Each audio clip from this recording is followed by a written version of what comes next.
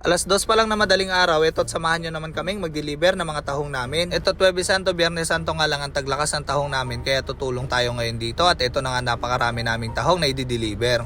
2:24 nga lang ng umaga ay pumunta na ako sa Petron para mag-abang. Ito't napakalakas nga ng ilaw natin. At mamaya-maya nga lang andito na ako sa pwesto at nag-aabang na kami ng mga paninda naming tahong at meron nga rin kaming isda doon. Kinokondisyon na nga ni Papa yung tricycle niya at magdi-deliver din. Mas maganda rin kasi mag-deliver ng tricycle dahil makapasok sa mga palengke. Ito nga dahil wala pa naman yung truck na hihintay natin, eh dami na nga naluto ng mga ulam dito sa pwesto namin. Isa nga rin yan sa mga binabalik-balikan dito sa amin dahil maaga pa lang ay nakaluto na ng mga ulam at marami nang kumakain. Dito nga ay nagpatimpla muna ako ng kape at magkakape ako at inaantok pa nga ako dito. Siyempre, tinimplahan naman ako ni Ate Eva ng kape ko. Ayoko nga mag-almusal at sobrang lumalapad-lapad na tayo at 2:00 pa nga lang na umaga ito. Halos natulog kami ng 12:00 at halos 2 oras lang ang tulog ko dito. Dito nga ay tamang higop-higop muna tayo ng kape habang naghihintay ng mga paninda naming tahong. Siyempre, yung mga kasama namin na si Kuya Milanyo ay nagpapalakas na rin habang wala pa yung truck na hinihintay namin. Ito nga sa pwesto namin ay maaga pa lang nakaluto na kaya talaga napakarami rin kumakain kahit anong oras ay daming dumadagsa na kumakain. Ilan-ilan lang naman ng 24 hours na katulad namin. Ganitong oras nga hindi mawawala yung mga magkakape at maglulugaw. Pero yung mga napagod sa biyahe at kakain ng kanin ulam. Siyempre yung mga tricycle boy namin mga suki. Saktong 3:00 nga na madaling araw ay dumating na nga yung paninda naming tahong. Opo, dealer po kami ng tahong. Kami po ay nagbabaksak sa mga bayan-bayan sa mga palengke. Mga tindera na pong kumukuha sa amin yan ng persako at sila naman ay per kilo na lang nila. Huwebes Santo at Biyernes Santo nga lang po ang taglakas talaga ng tahong dahil bawal po ang karne. Sa isang taon halos 2 araw nga lang po ang sobrang taglakas namin. Ito nakita na nga ni Papa kung anong mga sizes ang meron dumating. Kaya nga po pala magkakaiba ang kulay niyan dahil merong small, medium, large at magkakaiba nga rin po pala ang presyo niyan. Sabi po, order na po lahat ito at i-deliver na lang po namin. Siyempre yung iba katulad nga po ngayon nauubusan at napakarami nga pong kumukuha. Mga order ng tindera namin na 13 sako ay magiging 15 kaya yung iba nagkakaubusan na nga at talagang humihirit pa at nagpapadagdag pa. Ang kailangan nga sa tahong ay maaga dapat may deliver na dahil maraming sa idera at maraming kumukuha at marami ring umaangkat sa palengke. Dahil opo hindi po pwedeng matingga ang tahong kaya dapat isang araw lang ay may dispose na ito. Kaya talagang araw-araw ay bago ang paninda namin at araw-araw order lang po ang kinukuha namin. Dahil talagang isang araw nga lang po ang buhay ng tahong ay masisira na. Ito na nga at unti-unti nang dumadating yung mga kumukuha sa amin ng tahong at sila na mismo ang sumasalubong dahil di na rin sila makapaghintay dahil marami na nga rin daw na order na kumukuha sa kanila. Saktuhan lang naman itong paninda namin tahong, hindi na katulad dati na talagang sobrang dami. Kami lang nagsusupply dati ng tahong medyo ngayon alam nyo naman po pagdating sa negosyo ay meron na rin kami mga ibang kalaban. Ayos lang din talagang ganun. Pero kahit papano ay napakarami pa rin kumukuha sa amin. Dahil sa tagal na nga namin magtatahong ay kami rin naman ang kilala at matagal nang naging dealer ng tahong dito. Nga ng magulang ko yan sa lola ko kaya kahit hindi namin pinapabayaan dahil dyan kami unang-unang nagkanegosyo sa tahungan na yan. Ang bumuhay sa amin, bumuhay din sa magulang ko. Sobrang tagal at sobrang dami na namin pinagdaanan sa tahungan na yan. List na nga yung help namin na yan at pupunta pa ng Cagayan yon at magdi-deliver pa yun. Talagang pagdating sa tahungan ay kailangan mabilis at talagang mahalaga ang oras. Marami na nga kaming kalaban at marami nang aging di-dealer ngayon. Kahit manulot pa sila ng tindera namin kahit papano ay may kumukuha pa rin sa amin. Talagang ganun, wag na lang natin at hayaan na lang natin silang kalabanin kung tayo. Kung doon sila masaya, gawin nila kung anong gustong gawin nila. Mahimik at hayaan na lang natin sila at wag na lang natin silang patulan. Kanya-kanyang negosyo at kanya-kanyang diskarte lang naman yan pagdating sa negosyo kaya bahala sila. Kaya yun, paubos na at mag-aasikaso pa kami ng isda. Hindi ko na nga nabidyohan yung isda naming parating dito dahil diretso deliver na yon sabi nga ni Ma'am. Napakasaglit na oras na i-deliver na sa kanya-kanyang bayan at napunta na nga sa mga tindera namin yung mga tahong namin at maraming salamat sa iyo G. Lagi kang nakagabay sa amin. Ayun, hanggang dito na natin video. Maraming salamat sa inyo.